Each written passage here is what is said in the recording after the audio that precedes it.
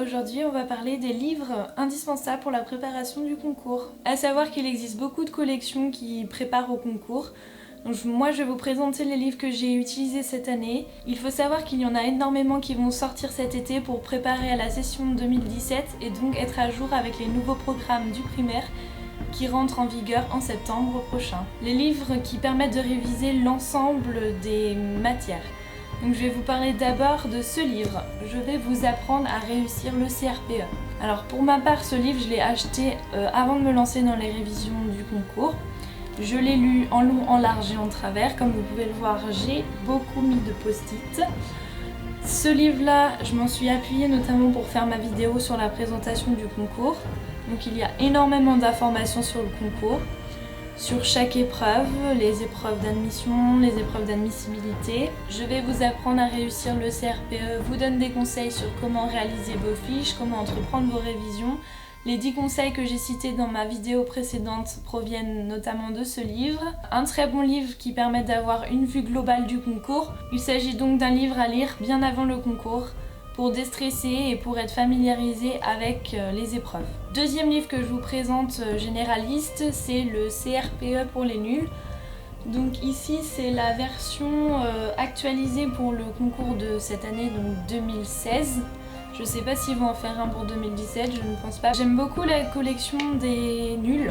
C'est très bien fait, il y a toujours des petits points, des petites anecdotes super importantes. Je peux vous montrer quelques pages, par exemple ici on parle du handicap, l'école et le handicap.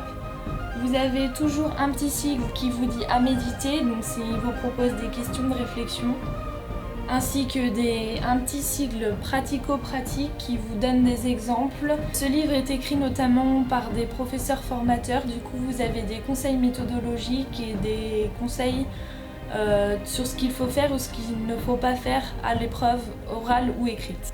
Dans ce livre, on retrouve toutes les matières. Il y a un exemple détaillé pour le PS, il y a des sujets potentiels pour le CSE, il y a quelques annales de français et de maths, sur lesquels vous pouvez vous entraîner, des pistes de réflexion. Troisième livre généraliste, c'est Concours professeur des écoles de chez Vuibert. Donc c'est le tout en un en fait. Préparation rapide et complète à toutes les épreuves. Donc ce qui est bien dans celui-là, c'est qu'il présente des notions et à la fin vous avez des QCM pour vous tester. Je m'en suis pas trop servi cette année, j'ai préféré le CRPE pour les nuls.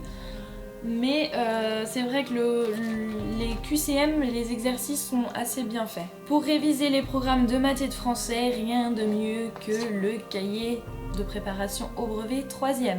Donc vous en trouvez plein dans les centres commerciaux ou à la FNAC ou où vous voulez.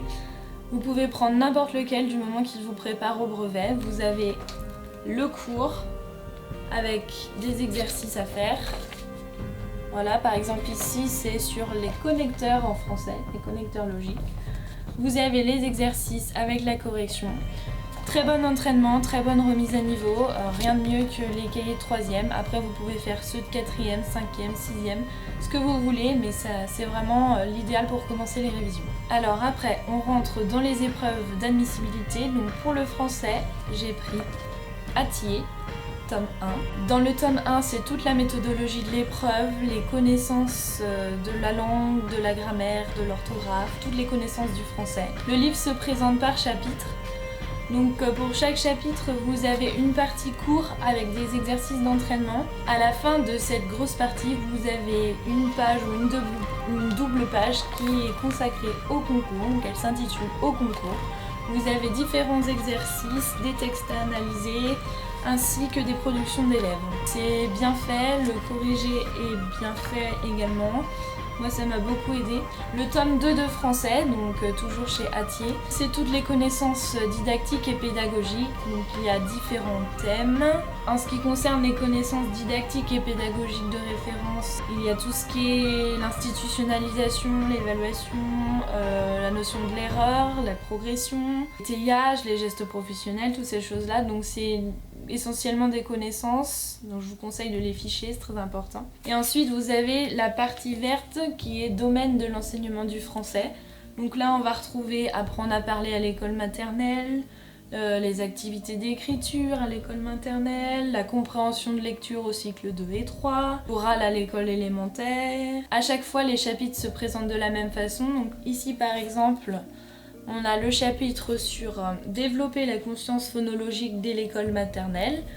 Donc une première partie sur ce que disent les programmes sur ce sujet. Donc ensuite les connaissances didactiques. À la fin vous avez un petit encadré avec de nombreuses ressources que vous pouvez consulter sur internet. Et ensuite vous avez le fameux au concours qui est un sujet type avec sa correction à la fin. En ce qui concerne les maths, alors pour les maths j'ai pris les mathématiques tome 1 de chez Hatier. Donc exactement la même chose que pour le français, une partie cours avec des petits exercices et une partie au concours à la fin avec des plus gros exercices, donc comme l'épreuve d'admissibilité se déroule. Donc encore pour les maths, le tome 2 qui est exactement la même chose, donc les connaissances didactiques et pédagogiques qui se présentent tout comme le français.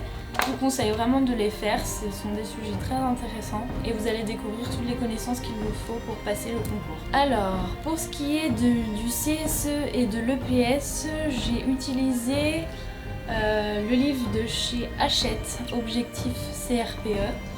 Donc celui-là c'était pour 2014-2015 mais c'était toujours d'actualité pour cette année. J'ai vu ce matin qu'ils en sortaient des nouveaux pour la session de 2017 qui sortiront également cet été. Ce livre est assez bien fait, il reprend les grandes notions de CSE. Il y a énormément de notions à savoir. Vous avez toujours aussi un petit encadré de couleurs comme vous pouvez le voir ici, qui sont notamment des questions d'actualité et des questions qui font débat. Il y a pas mal de schémas et de tableaux. Je trouve ce livre assez clair, permet de réviser plein de choses. Pour l'EPS, je trouve ça un peu indigeste. Il s'agit de beaucoup de tableaux de ce type-là, voilà, comme vous pouvez le voir.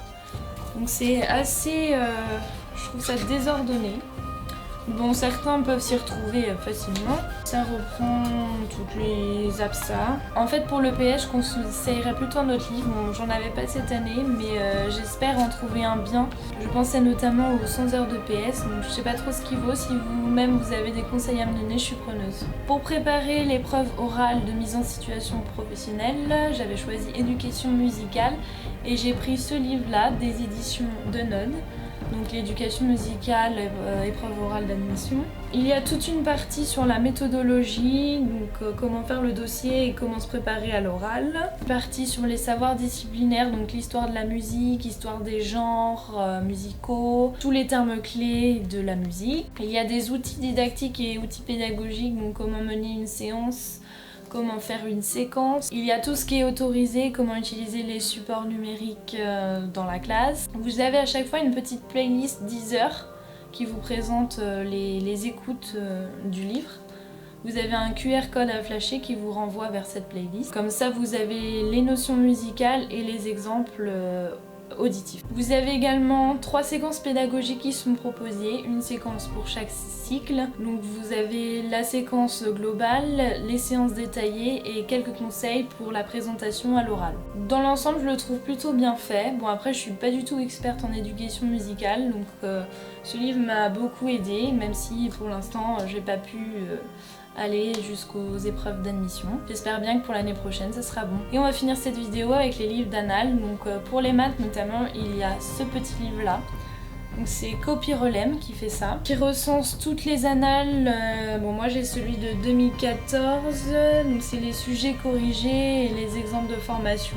Il y a également des exercices complémentaires provenant de plusieurs essais. Par exemple ici vous avez un sujet type concours, donc avec la première partie qui est le problème, la deuxième partie avec les exercices indépendants et la troisième partie avec des supports d'enseignement des maths et de production d'élèves. Donc c'est vraiment un type concours, donc je vous conseille de vous prendre 4 heures, de faire ce type de sujet là.